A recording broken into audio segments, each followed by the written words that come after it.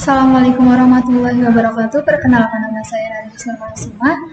Tujuan saya membuat video ini untuk memenuhi ujian akhir semester mata kuliah Sejarah Kebudayaan Islam yang berjudul Sejarah Kebudayaan Islam di Afrika.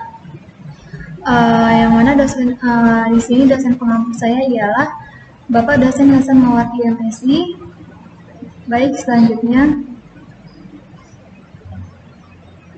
Afrika merupakan benua terluas nomor 2 setelah Asia, yaitu 20% dari seluruh total daratan bumi dan penduduknya mencapai 1/7 dari seluruh populasi dunia. Sebutan bagi penduduk Afrika biasa dikenal dengan nama Barbar dan Negro. Bangsa Negro sangat majemuk, bahkan mendominasi dari jumlah penduduk di benua Afrika. Aktivitas keagamannya sangat beragam yang mempunyai peranan penting dalam kehidupan sehari-hari. Islam datang pertama kali ke Afrika pada saat hijrahnya orang-orang Islam dari Mekah atas perintah Nabi Muhammad SAW pada tahun 615 Hijriah. Setelah Islam masuk ke Afrika, tepatnya di Ethiopia, ajaran Islam menyebar di benua ini pada masa Khulafaur Rasyidin. Proses penyebaran Islam di Afrika kala itu terjadi di Cyrenaica, sebelah timur Libya, dan dilakukan oleh Panglima Militer Khulafaur Rasyidin Amr bin As pada 642 atau pada masa pemerintahan Khalifah Umar bin Khattab. Setelah itu, Islam menyebar ke seluruh Afrika Barat melalui pedagang, cendekiawan, misionaris, melalui cara damai. Dengan cara ini, Islam menyebar ke seluruh dan sekitar Gurun Sahara pada era dinasti Umayyah, tepatnya pada masa pemerintahan Khalifah Al-Wahid. Islam menyebar hingga ke wilayah Maghribi, Maroko. Setelah dinasti Umayyah runtuh dan digantikan Bani Abbasiyah yang menguasai wilayah Afrika, dinasti ini fokus pada pembangunan peradaban Islam di sana. Kemajuan Islam di Afrika. Setelah Islam masuk dan berkembang di wilayah Afrika, para penguasa Muslim di sana menjadikan bahasa Arab sebagai bahasa resmi. Bahasa Arab dijadikan sebagai bahasa antar suku dan bangsa serta sebagai bahasa pengantar dalam sekolah. Penggunaan bahasa Arab sebagai bahasa resmi merupakan dasar dari perkembangan Islam di sana. Sejak saat itu, jihad Islam tidak lagi menggunakan senjata, melainkan menggunakan bahasa dan ilmu pengetahuan. Di bidang administrasi, kehadiran Islam di Afrika memberikan sumbangan besar bagi sistem pemerintahan.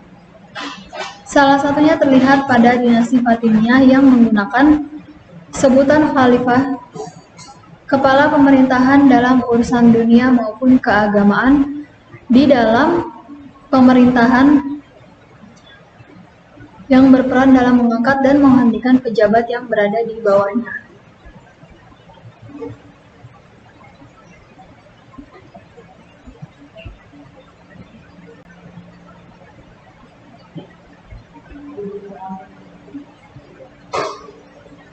Dalam jabatan pembantu khalifah, seperti Kementerian Negara, dibagi dalam dua kelompok, yakni ahli militer dan ahli keilmuan.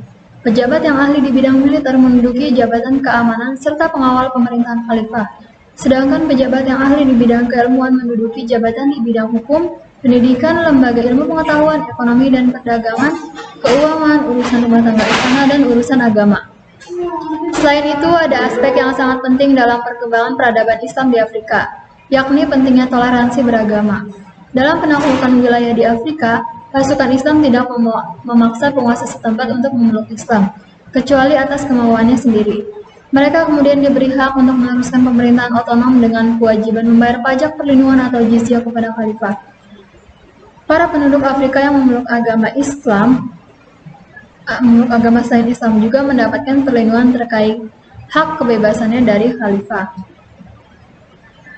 Perkembangan ilmu pengetahuan setelah masuknya Islam. Masuknya Islam di Afrika membuat bidang ilmu pengetahuan berkembang dan membawa kegemilangan dalam membangun peradaban. Selain itu, arsitektur dan bangunan di Afrika juga berkembang setelah masuknya pengaruh agama Islam. Perkembangan ilmu pengetahuan di Afrika dibuktikan dengan berkembangnya kota Kairo di Mesir pada era dinasti Fatimiyah. Kota Kairo disulap oleh pemerintah dinasti Fatimiyah menjadi pusat pengembangan keilmuan dan intelektual Islam. Salah satu peninggalan dari dinasti Fatimiyah yang masih eksis hingga saat ini adalah Universitas Al-Azhar di Kairo.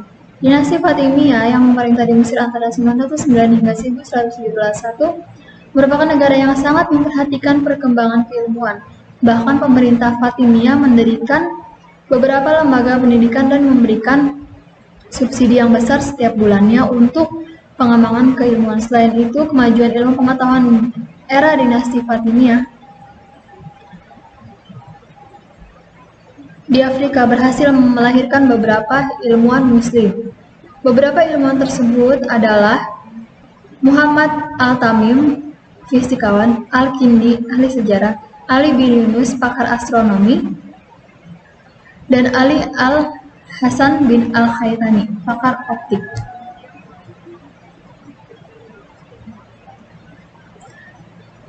Faktor apa saja yang mendorong penyebaran Islam di Afrika? Nah, jawabannya di sini.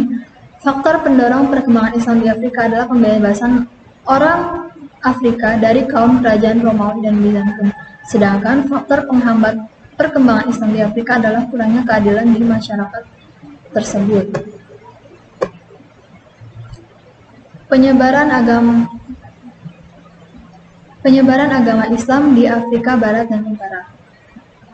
Penyebaran agama Islam di Afrika Utara salah satunya disebabkan oleh penyebaran suku-suku Arab dan penaklukan wilayah di Afrika Utara setelah Nabi Muhammad SAW wafat pada tahun 632 Hijriah. Sementara itu, penyebaran agama Islam ke Afrika Barat lebih lambat karena terhalang kondisi Gunung Sahara. Sebelum Islam masuk ke daerah Afrika Utara, daerah ini merupakan daerah di bawah kekuasaan Romawi. Secara geografis, Afrika Utara merupakan wilayah bergurun. Afrika Utara berada di timur laut benua Afrika yang terletak di lembah Sungai Nil. Dalam terminologi Arab, daerah Ifriqiya merupakan bagian dari Afrika Utara, yaitu wilayah Libya, Tunisia, Aljazair, dan Maroko. Seluruh wilayah tersebut oleh orang-orang Arab dikenal dengan sebutan Al-Maghrib. Masuknya Islam ke Afrika Utara merupakan momen penting bagi masa depan Islam secara keseluruhan di benua Afrika dan daratan Eropa yang selama berabad-abad berada di bawah kekuasaan Kristen. Dalam peradaban Islam, Afrika Utara tidak dapat dilupakan begitu saja. Hal ini dikarenakan Afrika Utara merupakan pintu masuk dan sentral penyebaran Islam, yakni Timur Tengah. Bukti kemajuan di Afrika Utara dalam peradaban Islam adalah dalam bidang arsitektur, seni, dekorasi, dan intelektual. Di antara tokoh yang terkenal dalam bidang intelektual adalah Ibnu Battuta, biologi, dan Ibnu Khaldun, sosiologi, dan Ibnu Zuhud. Sedangkan penyebaran agama Islam di Afrika Barat mencapai Sahel sekitar tahun 900 melalui pedagang Trans-Sahara dari Maroko dan Aljazair.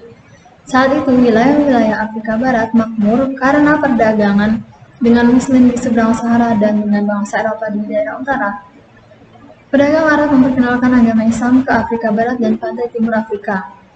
Sementara agama Kristen berkembang di Aksum dan Ethiopia di timur Afrika.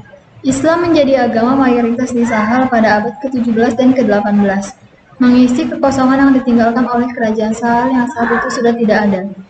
Kekuatan spiritual, hegemoni politik dan ekonomi, dan jihad Islam dideklarasikan pada ateis didukung oleh kuasa negara. Beberapa negara Muslim lalu didirikan, termasuk Fouta Touré di utara Senegal, Fouta Djallon, Masina, dan negara bagian Sokoto di Hausaland, Niger, dan Niger. Baik, mungkin itu saja presentasi dari saya. Mohon maaf bila banyak kekurangan. Wassalamualaikum warahmatullahi wabarakatuh. Terima kasih banyak.